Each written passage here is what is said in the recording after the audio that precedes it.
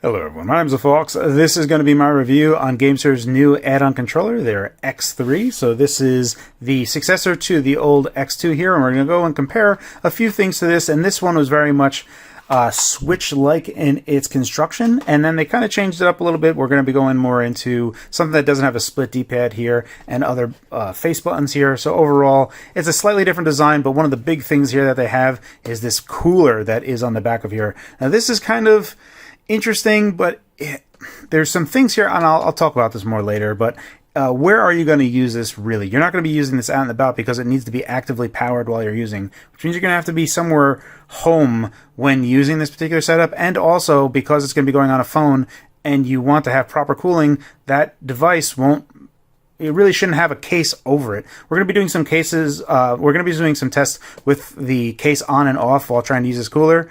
I think that it's pretty much obvious that using a cooler over an insulator is going to be pretty bad, but we'll go ahead and do that just to kind of touch base on that.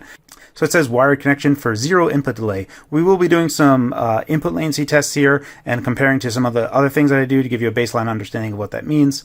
Efficient cooling with 4,000 millimeter squared cooling area. That's this thing, this business end here. One click to capture, so that's kind of like on the Switch when you want to capture screenshots. We'll see how well that works. Tactile with Kail switches, I don't know how to pronounce that, and Alps 3D joysticks. So the Alps 3D joysticks, these are basically Vita-like analog sticks, so that's what they basically mean. So those are going to probably be the same. And then what else do we have here? Controller supported Android games and cloud gaming compatible. That's great. One of the cloud gaming things is here that I'm really actually interested in. Unlimited customization with various D-pads, thumbsticks, and ABYX layouts. So that's cool. So presumably the ABYX you can kind of flip if you want to do Nintendo stuff via software on the device itself, or just by holding down some buttons and like switching its modes. So we're going to go ahead and open this up. That's a nice touch there. Now one of the things that I like about the X3 is that it comes with its own carrying case. Previously it would come in a box, which was not as helpful. Gaming is winning. Also, I'm using a different mic here, so I do apologize if my audio sounds off here, but we're just going to go ahead with that. So let's go ahead and see what's in here as we continue the unboxing process. So go ahead and open this up. Oh, that's cool. So you have a different style D-pad. So it's more like an umbrella looking thing. That's cool. And then they have the analog sticks. Are they look to be the same. So I guess it's just it fell. I'll have to get that later. These are just replacements, and then these are caps that go over them. I kind of like these, and it has like a nice rubber rim around it. It's kind of Xbox-like. So you just kind of put those on. That's nice. I think I'm going to use these. So I'm going to go ahead and use these two on here.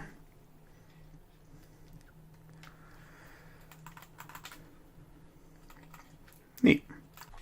So that's pretty much going to be it for the unboxing. What else do we have here? And this is the included cable. So there's this USB-A to USB-C. And man, this cable feels kind of nice. It's like flimsy, but the material, it feels light and it feels soft. It's a soft feeling instead of rigid and kind of not soft. So I actually like that. I like this little pouch that they have here. That's nice. Overall, the carrying case built in as the box itself is a good idea. All right, so basically you would extend this. There is an extension area. Where does it say? Actually says it right on the box. For Android phones with a length of 110 to 170 millimeters only. And then it says 2-in-1 solution, controller gaming while cooling. So we're going to test that stuff out. We'll go ahead. Oh, that's interesting. So these are those Kail switches. I don't know how to pronounce it. But to give you an idea, these are basically, they feel like leaf switches that you would find on an arcade. That's like the closest thing, but I guess they would be like micro leaf switches. I really like how they feel because it's very reminiscent of an arcade. I could understand why some people might not like this. It sounds and feels kind of cheap. But I like it. I could understand that this might be like a love-hate thing right here. And then these analog sticks, these are the same as they were before on the X2. Again, if we kind of take a look how chunky this boy is. So here we can see the comparison of them. And then here you can see the USB-C for the cooling. And then there's USB-C here, which is most presumably for powering this device. Now, you couldn't do data pass through here, so it's power only. Additionally, with this USB-C part, it wasn't actually long enough. Is there any way to extend this? So there might be some instances, same thing that happened on the X2, where if you have a case on your phone, this USB-C connection won't actually be able to make a connection. So you'd have to remove the case. And then at that point, if you have to remove the case anyway to use the cooling, so I mean, it has such like a limited viewpoint. Maybe this is really, really geared towards people that are going to have an old phone that they're going to reconfigure as a gaming device, and then you would just kind of leave this always connected. I think that's more of a winning strategy than kind of carrying this around with you, because this can only work when it's actively powered. This isn't data anything, it's just power only, and this will prevent a lot of cases from even working. We'll do some tests and see how that works. And then we have the Gamesir button up here, and then start. Presumably this would be select and start. You have home on the Android button, and then you have the capture button so you can take a screenshot. Now these L1 and R1, I like these better. If we take a look at this, they were trying to, I don't know what they were trying to do here. I didn't really like these L1, R1s, and then these are digital L2, R2, but how they've repurposed these, they feel a lot better. Triggers are a little bit better. Let me double check here. Yeah, the triggers are a little bit, overall, the triggers are an improvement. Unfortunately, these are still not analog, so they're digital only still. And that's pretty much it. And then we have what presumably be the charging and the connection indicator right there. And we could probably see anything else, like if we're updating firmware or switching modes. Okay, so this is one thing that I just read the manual real quick, because everything I said is pretty much correct. The only thing that I didn't catch was that you can actually remove these buttons and physically swap them around. They come by default as the Xbox style, Dreamcast style, Sega style. But you can swap these around. It's on the left-hand side. You just get your fingernail under there and you just kind of pull it up. And at that point, you can swap them around and then, you know, play whatever you want. So that's kind of neat. Alright, so first things first, we're going to have the Gamepad Tester app up and loaded. So we're going to go ahead and look at that. We're going to go ahead and connect this. So I'm going to keep the case on. You can see how thin my case is. It's not very large.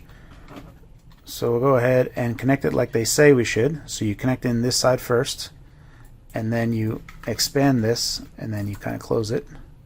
Alright, so that is now in.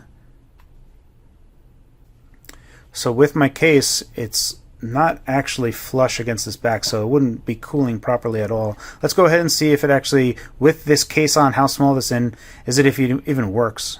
Alright, so even with this small case in, like how thin that is, it doesn't look like there's an actual connection made. So I'm going to go ahead and remove my case. Alright, so my case is now off, and there you can see it connecting, and now it's connected. So, goodness gracious. So even with this thin case, like, look at this. It's literally, it's nothing.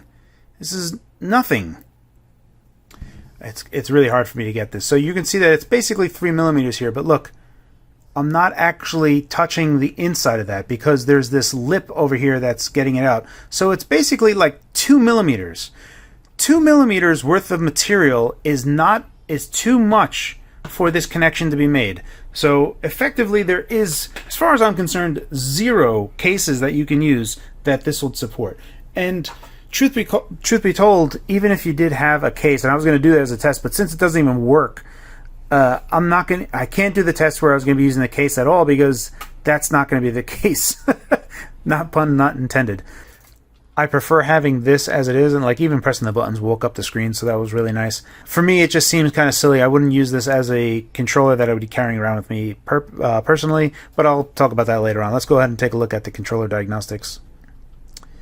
Alright, so here we are. We can see, so this is where it is. It has a heavy bias, a heavy stickiness to the cardinal directions. It really wants to go just northwest, southeast. It really is kind of not awesome. You see how, like, look, watch how easy it is for me to make a straight line here. On an analog stick, to be able to make absolute straight lines shouldn't be very easy. So there is some magnetism towards the cardinal directions in this regard. So it's purposefully made And this is kind of sloppy on the bottom right over here. This one, the range on this is fine, but on my right analog stick, oh, I went a little bit further this time. It's on the border of being okay. There's some stuff that's getting clipped off there. The bottom part on this is much better than over here, although on the top right over here is much better. We'll try to see how this works in reality, but even like the heavy magnetism, so I'm going to just like push a little bit. So look, I've pushed a little bit and I'm still not, there we go, I just finally moved. So the dead zones on there are slightly large before it starts going, but it's not bad. It's okay. But the cardinal directions and how it favors those cardinal directions is pretty extreme. I think for most people they're going to be fine with it because, you know, a lot of people just kind of, especially on portable devices, they tend to just kind of extendo it to the max. But if you were looking for like fine grain analog out of this, that's not this. Wow, what's going on there? If I press these buttons rapidly, it's like stops taking input. The D-pad doesn't. Why is it doing that? We'll have to see if that works in game. So start, select. Now, but look, if I press this rapidly, okay, so I mean I can press all the buttons down at once, so that's good. But pressing rapidly and it seems to stop working, so that's not super great. So you can see right here, like look how before when we were taking a look at it with the map, you can see that we're not getting full range here, and it was evident before. This really isn't very great. You can see right here, like that's really good. That's not very good. We'll see how this actually operates, but these are non-ideal based on this diagnostic. Alright, so I've loaded up Mega Man X3. Okay, so I can hold this button down, move around, and jump. Which is nice, great, fine, fantastic. Now we're going to press the button fast and see what happens. Unreal.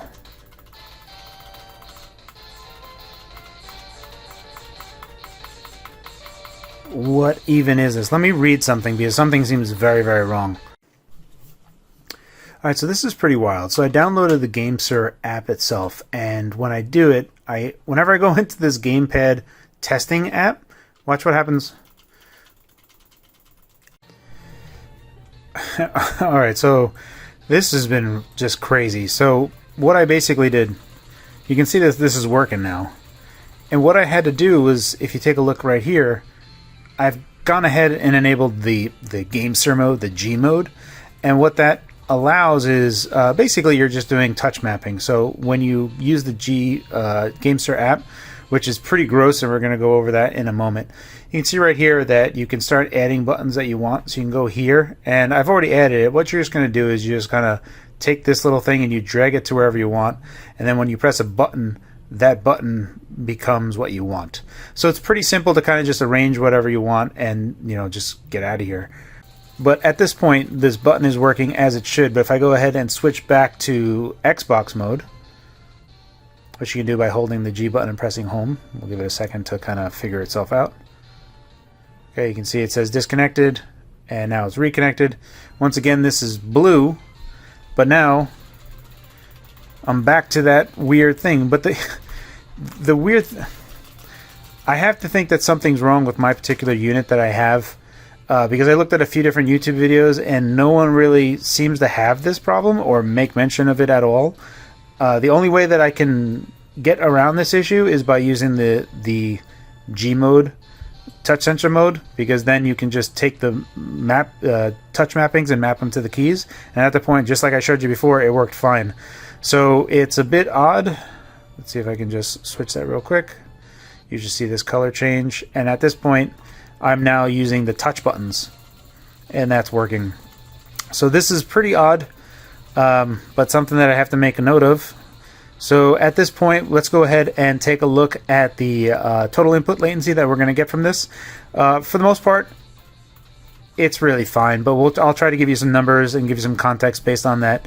And we'll take a look at that. Then we're going to take a look at some thermal tests. We'll take a look at the Gamesir app, which I really don't like at all. It asks for way too many permissions and refuses to operate if it doesn't have your location data. What do they need your location data for? I don't know. Anyway, let's go ahead and take a look at some high frame rate footage. Okay, this particular test is just a narrow look at total input latency. We're taking a look at Super Nintendo emulation, which the Samsung Galaxy S22 Ultra will just eat through. Obviously, we're playing heavier games. There are going to be different types of total input latency, but this is just to give you a brief idea of what type of input latency you should expect with this direct connected controller. Overall, it's really good. I am using 480 FPS capture here, so that means that when I am counting these frames, when we see an update on the screen after I pressed an input, it takes around 31 frames to capture that. That equals around 60 to 80 FPS of total input latency, which is on track for a lot of different devices. Essentially, this means that total input latency or latency from the device is negligible. Alright, so here we have Metroid Prime running on the GameCube emulator Dolphin on my Samsung Galaxy S22 Ultra. I have set the internal system to maximum performance, otherwise we wouldn't really be able to hit 60 FPS in this particular arrangement. You typically have to do 1x per internal resolution. The problem is that if I try to gun this for a long time sustained in a passively cooled system, eventually my performance is going to start dialing down because the machine can't cool off properly. So I have this little on-screen diagnostic here so that we can kind of take a look at what's going on. And we'll see if we can't see when performance tanks on this particular machine.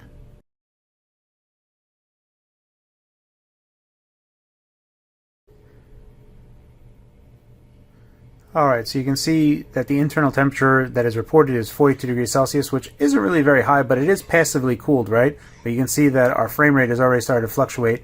So the internal chip is throttling itself. You can see that our FPS is down here. So this is now self-regulating because the chip is now getting to a state that's too hot, that internally it's already starting to cut power. So we're going to go ahead and add the Gamesir and put on the Peltier, and I've already gotten thermal scans of that. Now the thing is that all of the heat really is generated right here, not here where the Peltier is going to be. So we're going to see if that actually matters at all. Alright, so we have this connected now, and we're going to go ahead and power it up. Okay, so I actually had to put in a higher power connection here, so doing 5 watt alone wasn't enough for this fan to kick on or for it to actually do anything. So I'm going to go ahead and try to force this down now that I have this out of the way a bit.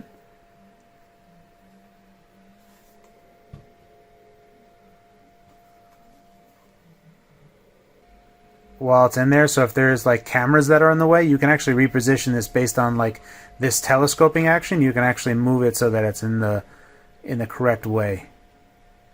So we're going to push this as far up as we can because all of the heat is actually right there.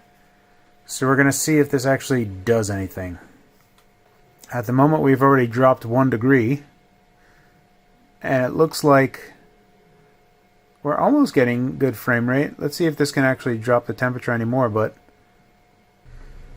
I'm going to go ahead and put the thermal camera on this. Right now this is not ideal. I'm putting it flat down so the fan might be starving for air at this point, but there is some other intake around it. If we take a look, like you can see that there's a whole bunch of intake over here.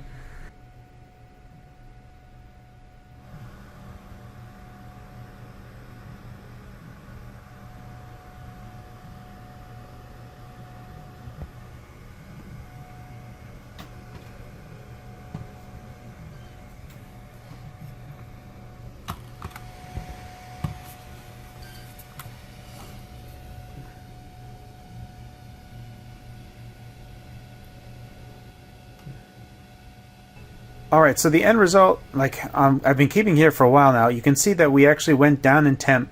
Even though when I take a look at it through the thermal camera, it really doesn't look like it's actually doing anything. Like, we're still heating up like crazy right here. Like, this is where all the heat is, even without this device on here.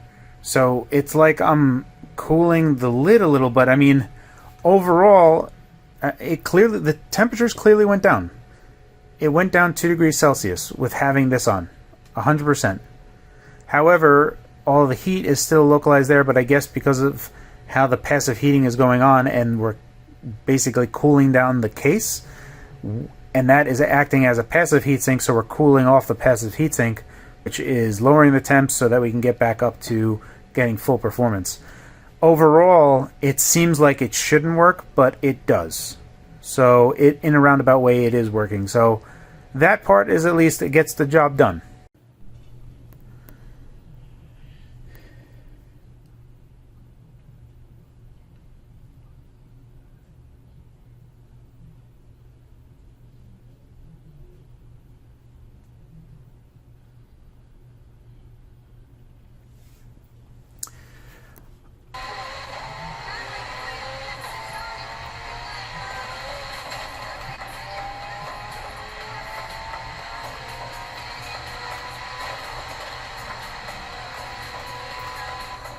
Alright, so let's get out of here, and we're going to go and test a game where we need to press buttons fast and see if that's still a problem. Nope. Same problem as before. So now this sucks for me because I can't do the G mode, because the G mode will only work with on-screen stuff, and this Game Pass game doesn't have touch controls enabled on it. So I would be screwed in this situation. I don't know why my particular Gamesir X3 does this. Hopefully a firmware update fixes this for me. And it's weird because if I just like push 2 buttons at the same time, I can actually do it rapidly. But if I were to just do 1 button, but 2 buttons, no problem. Super weird. Alright, so that kind of sucks for me here, so it's not something that I could totally recommend right now, but I know other people that have been using this and don't seem to have this problem, so perhaps it's just a one-off issue with me? Okay, so this is pretty much going to be the last part of this video. It's going to be a twofer. We're going to be taking a look at playing Android games with the Gamesir application. Now, as you can see right here, it is blue, so it is the 360 configuration. So if I just hammer this, you can see that it's not actually working because something is wrong with my X3. The only way that I'd be able to actually get this to work where I can hammer this button is by mapping the buttons. So we're actually going to take a look at 2 different things. We're going to take a look at Android gaming and the Gamesir app itself. Now the Gamesir app is pretty awful, so we're going to go ahead and reset the app and show you what happens when you kind of don't want it to have permissions. Alright, so here we are opening up the Gamesir application. We'll say agree to that. Now it says allow Gamesir to use this device's location. Why does Gamesir need to know where my location is? Say don't allow. Okay, and allow Gamesir to access photos and media on your device. Also don't know why they need that. Open permission. In order to make Gamesir work, you need to open several permissions. So now, if I disallow this again, what do you need access to nearby devices for? In what world do you need that?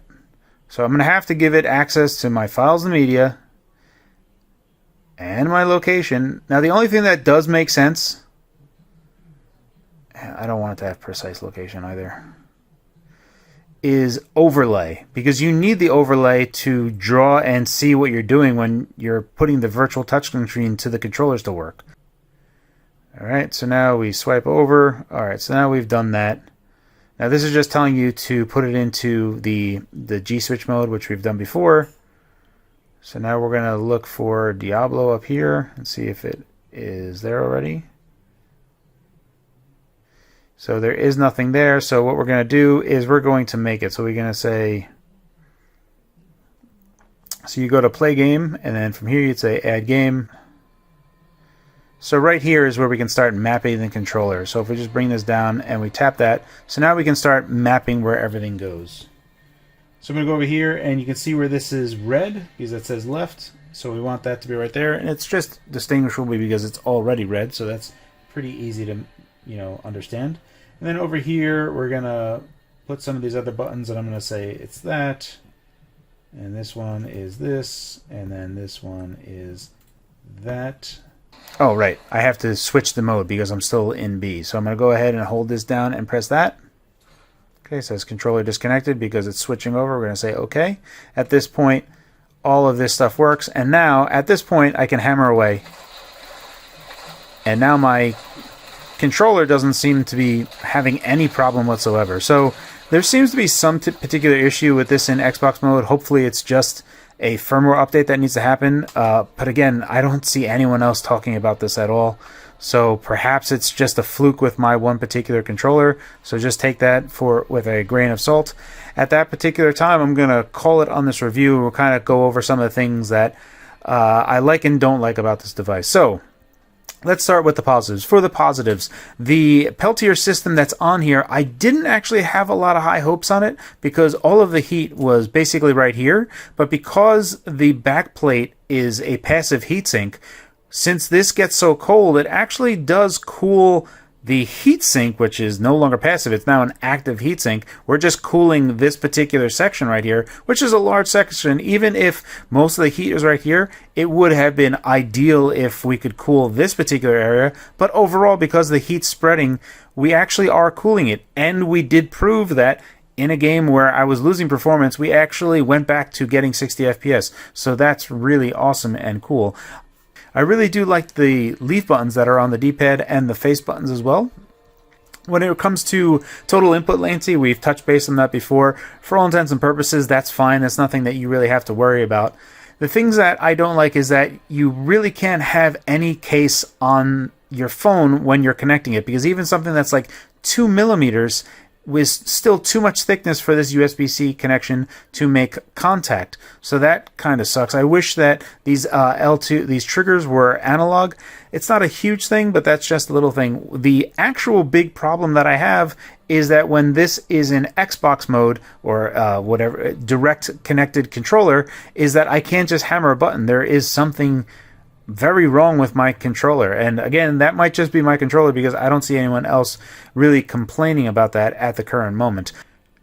So that's where I'm going to leave off on my review for the X3. At the moment, I would say no for right now. This is not fully baked. Once we can get clarification that the firmware is working, otherwise, if the only thing that you were going to be using was Android games, yeah, you can make it work because all of the touch-based stuff is working no problem as it should. However, if you were looking for this for like xCloud or game streaming, you're going to have a bad time based on my particular problems that I'm having. But perhaps it's just my unit. Anywho, as always, guys, thank you for your time. And thanks for watching.